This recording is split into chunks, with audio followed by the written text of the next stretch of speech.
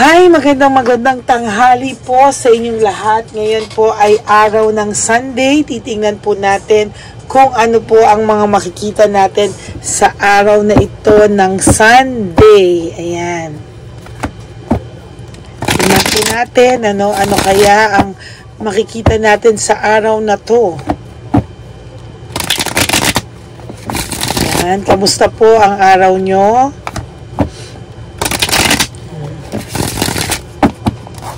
Okay.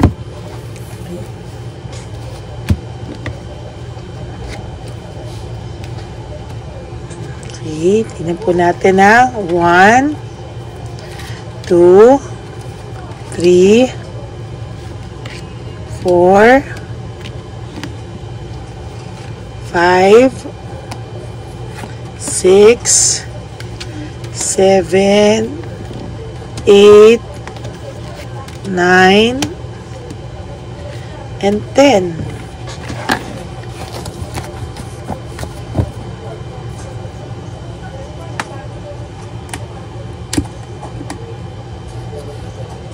Okay, tingnan po natin naman ito.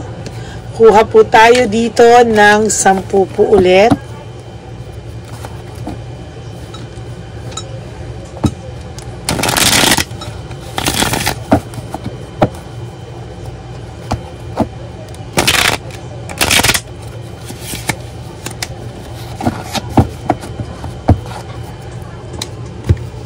Okay, no skipping po.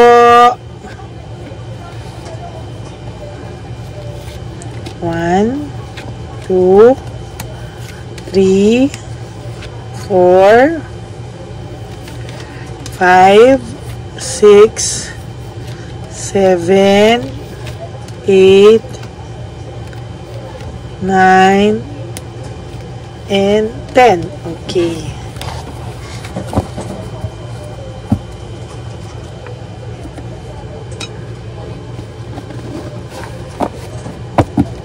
Okay.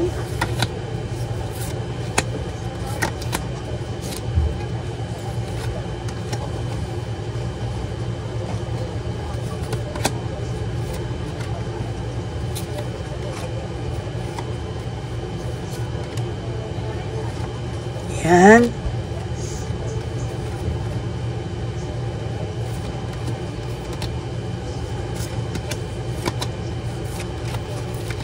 Okay. Go! Ano po kayang makikita natin sa araw ng linggong ito, no? May lungkot po siyang nararamdaman sa mga oras na to, or disappointed siya sa mga oras na to, no? Ano kaya at bakit kaya? Yan ang nakikita ko. Unang cards niya is about emotions, no?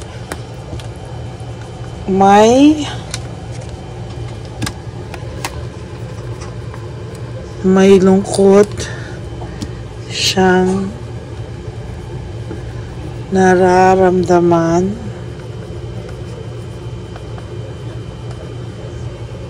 sa mga oras na ito. Nakakaramdam pa rin naman po itong taon to ng lungkot. Grabe naman kayo. Hindi naman po ito sobrang manhid, no? Somehow nakakaramdam po talaga siya ng lungkot, no? Yan, no? Maybe sa mga oras na to, yung emotions niya ay medyo down, ano? His emotions ay very, very down right at this very moment. Tingnan po natin bakit. Oh, see, I told you, your second card is all about sadness, depression, and negativity. No, ang taong to po ay, yun nga sabi ko, emotions, may lungkot siyang nararamdaman sa mga oras na to. Then I pick this card na nandiyan naka-specify sadness, depression, and negativity. So totoo po na ang emotions niya ngayon ay sobrang down. May lungkot siyang nararamdaman sa mga oras na to at down na down to, no? Yung kung sa totoo lang, kung akala nyo siya'y masaya, no, down siya, down na down ito.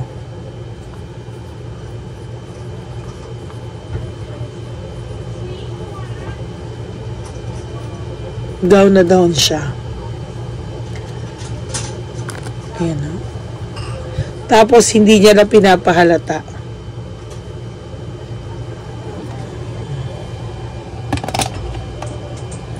So, down na down po ang person na to, pero hindi niya po pinapahalata sa'yo, no?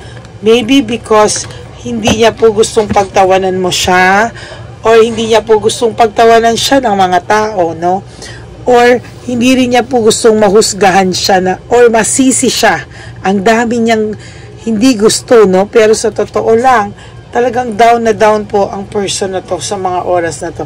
He's depressed. He's very negative right now, and yung lungkot na nararamdaman niya is sobra-sobra. Leaving home, moving forward, nalungkot din po siya, no? Kasi ang akala niya po talaga, every time po na mabubunot ko to, ito po talaga yung nakukuha ng energy ko, na akala niya po talaga ay magiging masaya siya. Hindi niya po talaga akalain na sobra po siyang malulungkot sa mga bagay-bagay.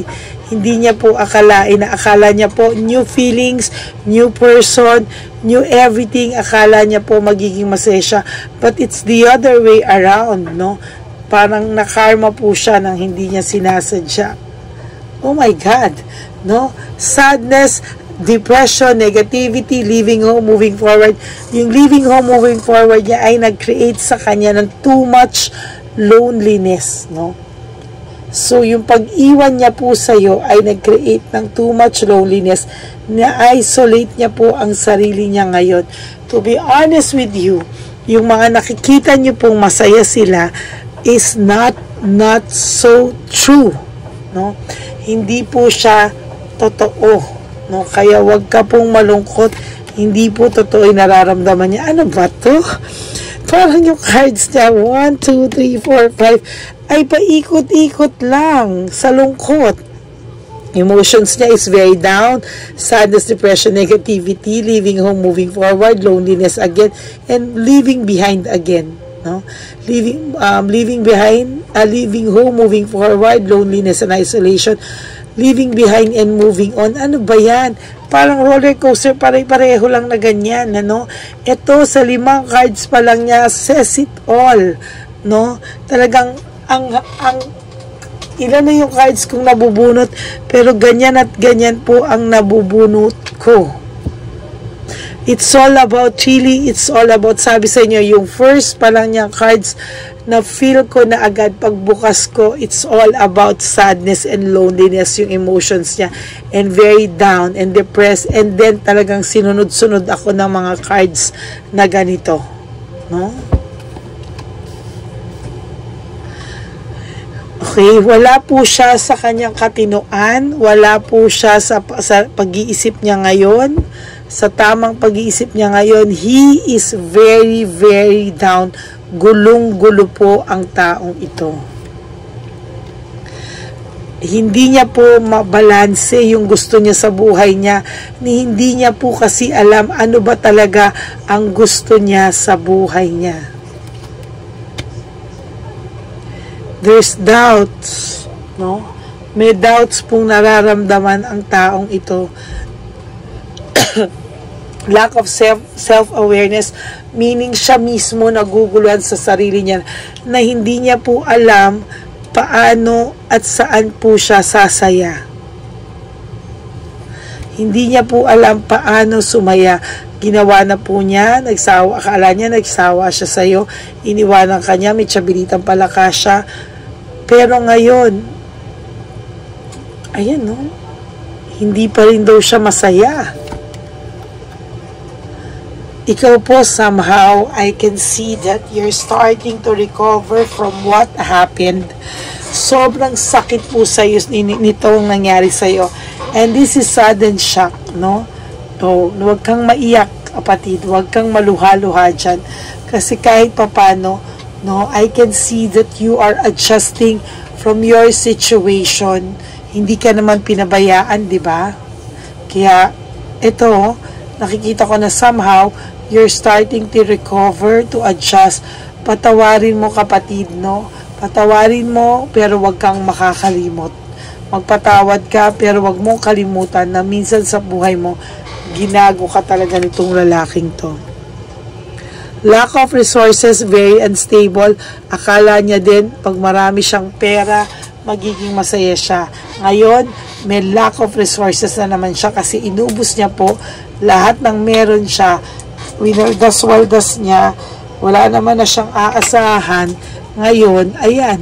Oh, very, very unstable siya at lalo siyang malungkot. Alam nyo, nung winawaldas niya yung pera niya or may winawaldas siya, na pera na hawak. Maybe sa'yo yun or hindi sa'yo. Pero sa totoo lang, alam nyo ba na hindi rin po siya naging masaya. Okay? Hindi rin po siya naging masaya sa pagwawaldas na yon. I tell you, hindi po. Legal complication. Maybe this person ay nasangkot sa kung saan manggulo ngayon.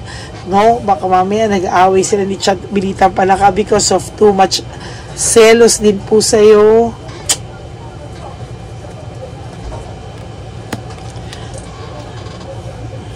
Naiisip niya po yung mga naging samahan niyo which brings him or her a lot of sadness pa, no?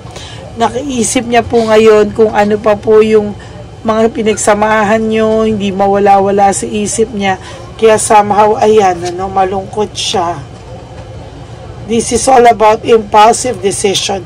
Naging impulsive po siya sa mga decision niya sa buhay, eh.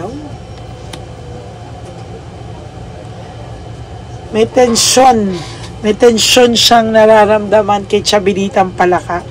Maybe, nagkakalabasan na kasi sila ng baho, kaya ngayon pa lang niya na-realize na ang hirap pala rin po ng bago, no? Nag-a-adjust pa rin siya sa, parang nag-a-adjust siya sa lahat-lahat sa ngayon. Yan, no? Kaya laging may tensyon. Sa totoo lang, lagi silang nagbabangayan, no? And nako-compare nitong taong to, ikaw, yung samahan nyo, over sa samahan nila. Naghiwalay kayo, pero never ka pa rin namang nawala sa isip nito. Oh? Ngayon, siya lahat ang gumagawa ng problema niya kasi wala siyang kakontentuhan at sinaktan kanya ng bonggang-bongga. Satisfaction, ikaw naman po ay unti-unti, no, nakakapag-ipon, unti-unti nakakaahon-ahon, but please, no, adjust well. Huwag ka na pong babalik na, halimbawa magtatatanong ka ng mga balita tungkol dito, mag-i-stock ka, please hayaan mo po ang universe, just surrender everything to the divine universe. Lack of resources, unstable, yan po ay nangyayari lang tuwing Tuesday, Friday, Sunday, na talagang ang lakas, no, na lalo na dito sa first 5 cards nyo, ang tindi po talaga, no, ang tindi talaga. You need to rest, you need to have a vacation. Pwede mo pong lumipat ka ng work, lumipat ka na kung saan man, no, magiging maayos ka po sooner or later.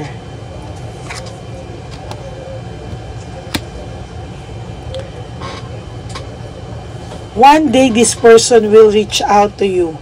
Nag-iisip lang po ito ng style or strategy on how to reach you. Yan. Nag-iisip po talaga siya, eh. Oh. And for your last card po is all about insecurity. No? Alam mo po, pag sabi ko nga sa iyo, once na may insecure talaga sa iyo ang taong ito, no?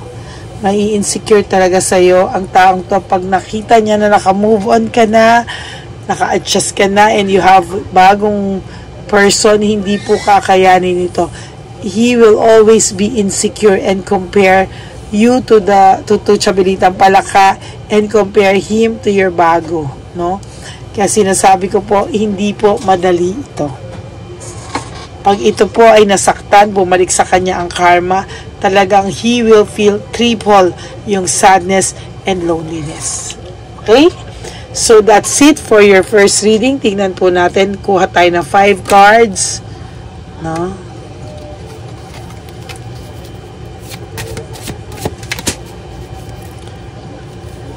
One, 2, 3, 4, 5.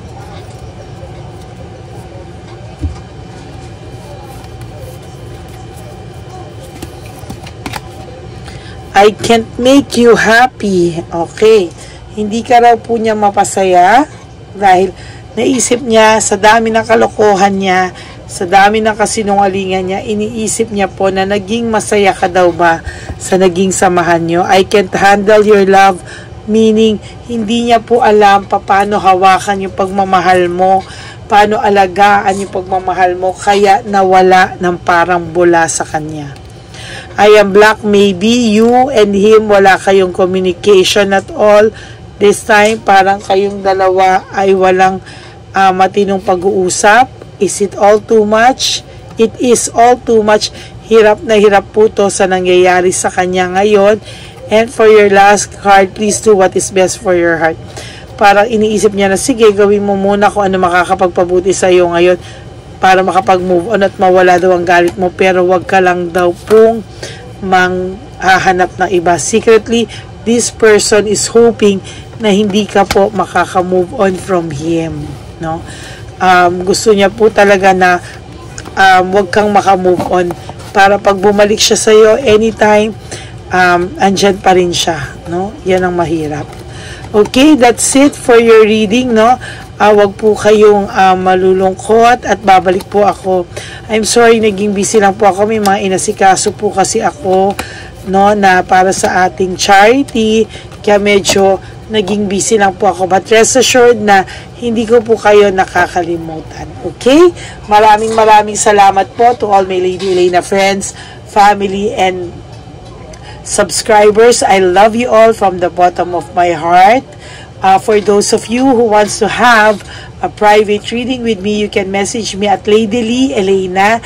Andyan po yan sa dulo ng ating video, okay? At dyan nyo lang po ako pwedeng i-message. That's my only FB account, legit and official FB account, no? So pwede nyo po akong ma-message dyan if you want to have a private reading with me. Okay? Hindi man po ako makasagot agad-agad, but I promise to answer you within the day or whenever it's possible, at wala po akong ginagawa masyado, wala akong reading, wala akong work, sasagot po ako. Okay? So maraming salamat po. Again, huwag niyo pong kakalimutan na life is short. Don't make it shorter, everybody, by stressing yourself from all the pains and heartaches, no? Just surrender everything to our divine universe and Papa Jesus, that you have to let go and let God write your life and love story. Hayaan niyo po siya ang maging writer ng inyong buhay. Okay? Maraming salamat po. Happy Sunday, everyone, and I will be back later. Bye!